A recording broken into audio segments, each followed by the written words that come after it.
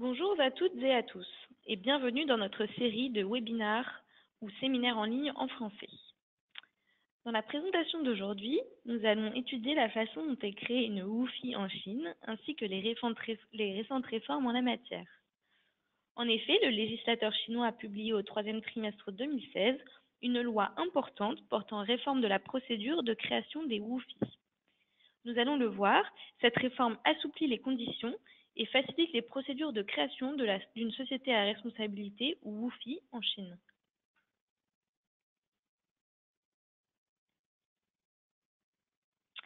Avant de commencer la présentation, je souhaiterais juste vérifier que tout le monde m'entende bien.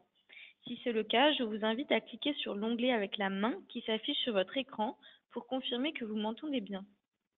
Sinon, n'hésitez pas à vous manifester sous l'onglet « Questions » et nous essaierons de régler le problème. Je vous informe également que la présentation d'aujourd'hui est enregistrée et que le support de cette présentation vous sera distribué par mail à la fin de la session.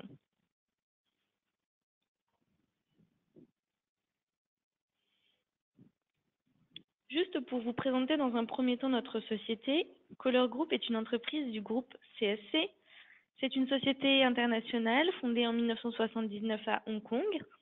Nous fournissons des services de conseil en matière d'entrée sur le marché, d'enregistrement de sociétés, de fiscalité, de comptabilité et de ressources humaines aux entreprises qui souhaitent s'implanter ou étendre leurs activités à Hong Kong, à Singapour et en Chine. Nous assistons principalement les investisseurs étrangers et les accompagnons en répondant à toutes les questions de conformité qui peuvent se poser, qu'elles soient juridiques, fiscales ou comptables, lors de leur entrée ou de leur expansion sur le marché chinois, mais aussi à Hong Kong et à Singapour. Notre atout est que nos équipes sont polyglottes et peuvent donc parler à nos clients dans leur langue maternelle.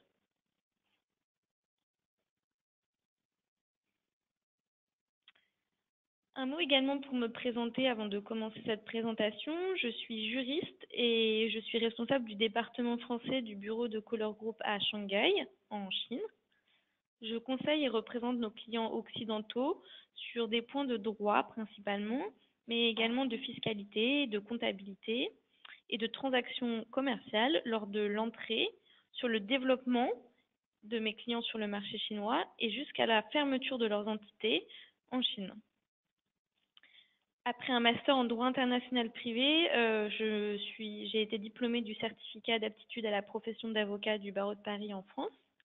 J'interviens donc en priorité pour nos clients francophones, mais également pour une majorité de mes clients anglophones.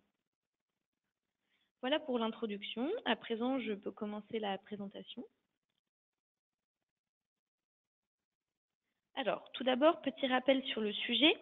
Les WUFI ou Wholly Foreign Owned Enterprise, ce sont des sociétés à responsabilité limitée avec un investisseur unique qui est une société ou une personne individuelle qui est basée à l'étranger.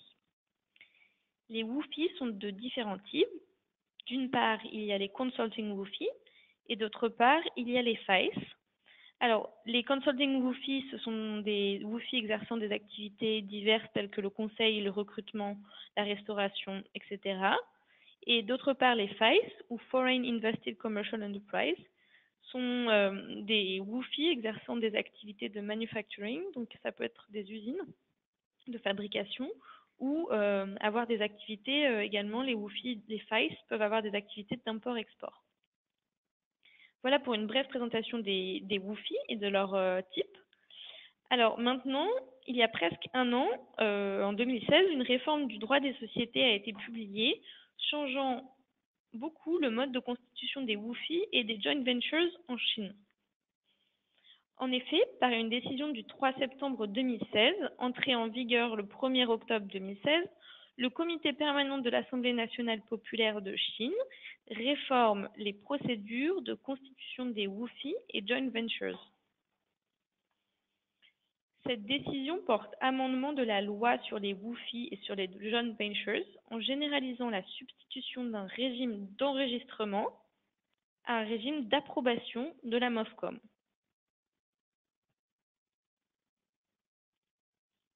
Ce système d'approbation a été testé dans les zones de libre-échange pilote ou Pilot Free Trade Zone.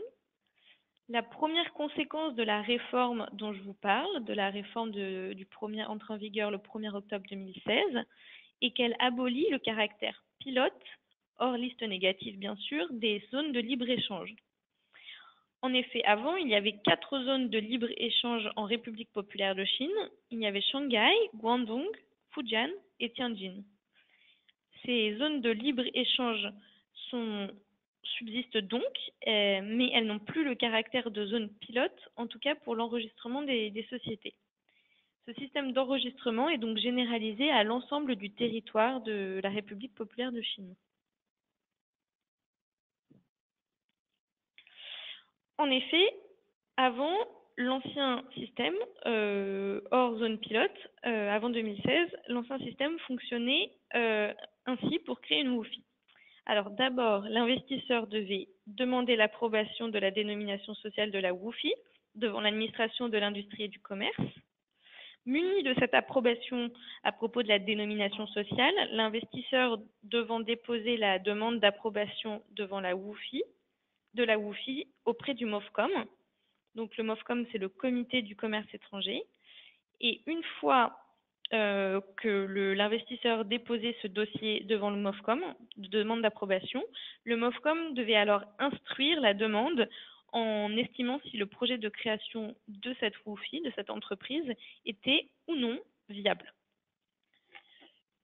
Ensuite, une fois seulement que la réponse positive du MOFCOM était reçue, et seulement avec cette décision d'approbation, l'investisseur pouvait demander dans une troisième étape la licence commerciale, autrement appelée la business license, auprès de l'administration de l'industrie et du commerce, ou AIC. À présent, donc, ça c'était l'ancien système. Avec donc cette réforme, avec le nouveau système, pour créer une société, le MOFCOM ne doit plus approuver la création d'une WOFI, mais simplement enregistrer la demande de création de celle-ci. Dès lors, lors de l'établissement d'une WOFI, la procédure se déroule comme suit. Pour toutes les sociétés dont les activités ne relèvent pas de la liste négative. En effet, pour les sociétés dont les activités relèvent de la liste négative, on est dans un autre système. Mais pour toutes celles dont les activités ne relèvent pas de la liste négative, on doit procéder de la façon suivante. D'abord, on doit demander l'approbation de la dénomination sociale de la WOFI devant l'AIC, comme c'est mentionné sur la slide. Puis ensuite, on procède à l'enregistrement de la WOFI qui se fait auprès du MOFCOM et qui se fait de droit. Puis ensuite, une demande de licence commerciale devra être faite auprès de l'AIC. Alors, à titre informatif, sachez que l'étape de l'enregistrement au MOFCOM et celle de la demande de licence commerciale à l'administration de l'industrie et du commerce ou AIC peuvent être interchangées.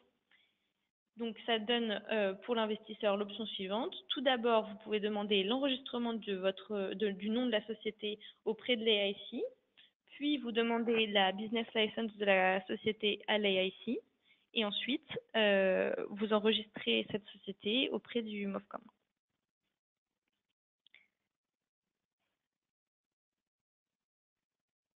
Bien, maintenant, je vais aussi vous préciser que cette réforme s'applique aux demandes de création de WOFI, d'entreprises à responsabilité limitée en Chine, hors liste négative, mais également à tous les changements au sein de la société, pour lequel l'enregistrement de ces changements auprès du MOFCOM se fait de droit maintenant. Donc par changement, on entend tout changement d'information sur l'investisseur, par exemple le changement de nom de l'investisseur, une cession de part, un changement de directeur ou de représentant légal. Dès lors, pour tous ces changements-là, l'entreprise doit directement enregistrer auprès du MOFCOM le changement sans avoir à demander une autorisation de bien vouloir procéder au changement à la MOFCOM.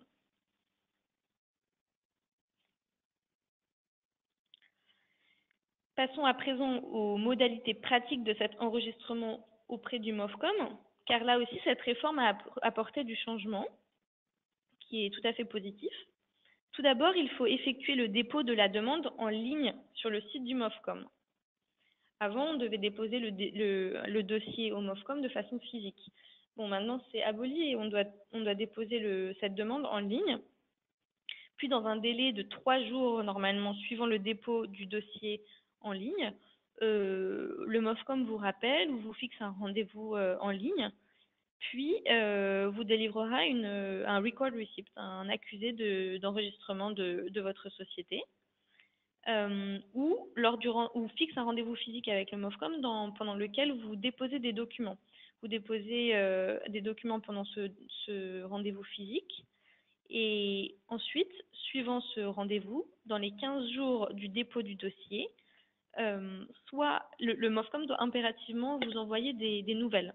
Donc, soit dans les 15 jours du dépôt physique du dossier, la société est enregistrée car le dossier est complet, soit le dossier est incomplet et dans ce cas-là, l'investisseur doit fournir des informations manquantes dans les 15 jours ouvrables suivant la réponse du MOFCOM. Autrement, la demande sera annulée. Petite précision, cette réforme ne s'applique pas aux sociétés à capitaux étrangers souhaitant pratiquer une activité restreinte telle que définie par la liste négative. Je vous l'ai déjà précisé, mais c'est important de le répéter. Donc, ces modalités pratiques que je viens de vous lister, notamment la demande en ligne et le fait que la MOFCOM peut vous appeler pour vous donner la liste des documents à fournir de façon complémentaire ou juste vous donner un rendez-vous pour venir chercher votre record receipt, évite donc beaucoup d'allers-retours qui étaient avant imposés aux investisseurs et surtout ça permet d'avoir des délais fixes sur lesquels les administrés peuvent compter. Donc on voit également ici d'un aspect pratique que cette réforme présente un net avantage et car vous ne devrez vous rendre physiquement qu'une seule fois au bureau du MOFCOM afin de venir chercher votre accusé d'enregistrement de la société ou record receipt. Alors, passons maintenant à présent au champ d'application de cette réforme. Bon, le champ d'application a été déjà un petit peu évoqué avant, mais j'aimerais bien clarifier cela. Alors, le système d'enregistrement des WUFI est valable pour les WUFI, donc qui sont des sociétés à responsabilité limitée à capitaux étrangers, je le rappelle, ainsi qu'aux joint ventures, qu'elles soient des equity joint ventures ou joint ventures contractuelles. En revanche, cette réforme qui tente à l'automatisation de l'enregistrement de la WUFI auprès du MOFCOM n'est absolument pas applicable au cas où une société à capitaux chinois est acquise par une société étrangère. Donc, en fait, c'est la transformation d'une domestically owned entity en une WUFI. Pour ce type de changement, la procédure est toujours celle d'une demande d'approbation du changement d'investisseur auprès du MOFCOM et d'une attente donc de l'approbation pour procéder aux autres étapes de la création de cette WUFI. Donc voilà, là on a étudié l'ensemble des paramètres de cette réforme. Maintenant, on peut également passer aux questions que cette réforme laisse en suspens. Il y en a notamment 2 qui ont été soulevées par les professionnels du droit en la matière en Chine. Tout d'abord, on ignore si les listes négatives appliquées dans les zones de libre-échange pilote deviennent aussi applicables à l'ensemble du territoire chinois. Par exemple, pour une licence de ressources humaines ou une licence de recrutement, selon notre expérience, je peux vous dire que ça ne l'est pas. Donc, nous pouvons supposer que la liste négative reste spécifique à la zone de libre-échange pilote de Shanghai, par exemple. Les procédures de simplification pour certaines activités, comme par exemple la licence ressources humaines, restent spécifiques aux zones de libre-échange et ne sont donc pas applicables à l'ensemble du territoire chinois. Seconde question laissée en suspens, la seconde question laissée en suspens, c'est celle de la possibilité d'enregistrer une entreprise au MOFCOM avant même la délivrance de sa licence commerciale. Licence qui porte pourtant création de la société. Donc, une société qui n'existe pas officiellement avec le nouveau système peut officiellement être enregistrée auprès du MOFCOM sans avoir de business license. Aussi, on peut être amené à se demander quel est le statut de l'entreprise qui a été enregistrée au MOFCOM, mais qui ne reçoit jamais de licence commerciale. Ou à l'inverse, quel est le statut d'une transaction signée avec une entreprise qui a reçu sa licence commerciale, mais qui n'est pas enregistrée au MOFCOM? Est-ce qu'on peut lancer aussi, troisième question, est-ce qu'on peut lancer une seconde procédure auprès de l'AIC après que la société ait déjà été enregistrée au MOFCOM? Ça, ce sont trois questions qui sont laissées en suspens et pour lesquelles on n'a pas encore eu d'expérience au niveau de nos clients, j'ai pas eu de documentation qui a permis de nous donner des réponses. Bien, passons à présent aux conséquences de cette réforme. Donc, pour finir, les effets de cette réforme peuvent être étudiés à la lumière de notre expérience depuis maintenant presque un an depuis l'entrée en vigueur de cette réforme. Donc, les effets de la réforme du 1er octobre 2016 se ressentent sur les délais de création des WUFI, les exigences en termes de documentation et plus encore le changement de principe sur lequel la procédure elle-même repose. Tout d'abord, les délais ont été, dans un premier temps, les délais ont été considérablement raccourcis. Et ce sont des délais officiels qui sont donc un peu contraignants pour les administrations.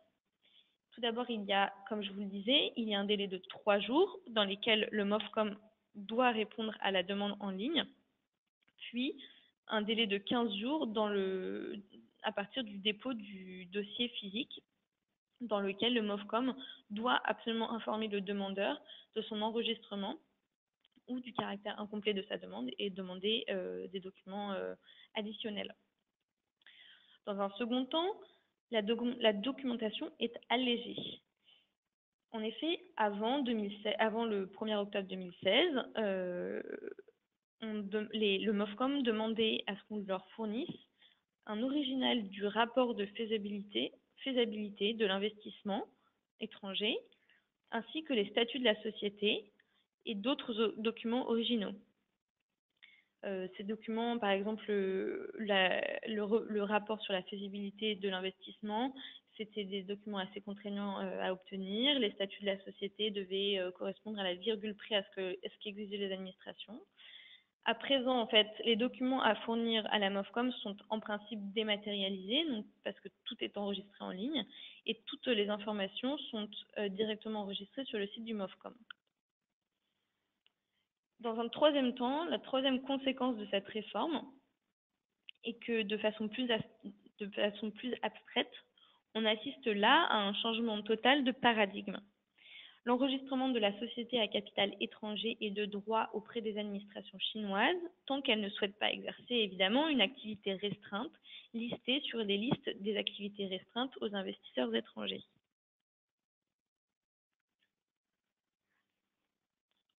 En conclusion, je vais vous donner donc la liste des étapes à suivre lors de la création d'une WUFI de type consulting et sans licence spécifique à obtenir au préalable. Alors, vous voyez, il y a 6 étapes qui s'affichent sur cette slide. D'abord, on procède à la demande d'approbation de la dénomination sociale de la société auprès de l'administration de l'industrie et du commerce, ou AIC. Ensuite, une fois que l'AIC, dans un délai de 2 jours, nous envoie l'approbation sur la dénomination sociale de la société, on procède à l'enregistrement de la société auprès du MOFCOM, avec toujours ce délai de 3 jours en principe, plus 15 jours éventuellement. Ensuite, une fois qu'on a passé l'étape du MOFCOM, on peut demander la délivrance de la licence commerciale ou business license auprès de l'administration de l'industrie et du commerce. En principe, la business license est délivrée dans un délai de 7 jours à compter de la demande, mais ça peut être plus rapide. Pour information, donc, je vous rappelle que donc, ces 2 dernières étapes, l'étape 2 et l'étape 3 listées sur ma slide, peuvent être interchangeables. Puis, dans un 4e temps, donc, vous devez procéder à l'enregistrement des SOS de l'entreprise et à la création de ceux-ci. Pour information, les sceaux font partie des documents les plus importants des entreprises en Chine car ils peuvent faire office de signature et engagent la société. Dans un cinquième temps, la société sera enregistrée au bureau des impôts avec la délivrance dans le bureau des impôts d'une Yuki. Et une fois que ces étapes ont dûment été complétées, vous pourrez alors procéder à l'ouverture des comptes bancaires de la société auprès de la banque que vous aurez choisie. Les comptes bancaires à ouvrir sont pour la majorité des cas au nombre de 3, le compte de capital, le compte courant et le compte de règlement fiscal. Enfin, à titre d'information, sachez que le représentant légal de la société pourra être requis d'être présent ou au moins de présenter son passeport en original lors de l'ouverture des comptes bancaires de la société. Cela est quelque chose que vous devrez absolument organiser ou en tout cas savoir dans la perspective d'ouverture des comptes bancaires de la société, en particulier si le représentant légal est situé à l'étranger. Ça nous a donné l'occasion d'avoir quelques petits retards en termes de création d'entreprise pour nos clients situés à l'étranger. Donc cette nouvelle procédure prend maintenant à minima 3-4 mois à partir du moment où la première demande est déposée et dans la mesure où l'entreprise demandeur fournit tous les documents demandés par les administrations à la première demande. Selon notre expérience, ces délais ont été réduits d'environ 1 mois, voire 1 mois et demi, grâce à la réforme du 1er octobre 2016, ce qui est donc très positif. Bien, cette présentation est à présent terminée. Si vous avez des questions à propos des sujets abordés lors de ce séminaire en ligne, n'hésitez pas à nous poser des questions par mail à l'adresse indiquée sur la slide. Tous les participants enregistrés recevront cette présentation par mail.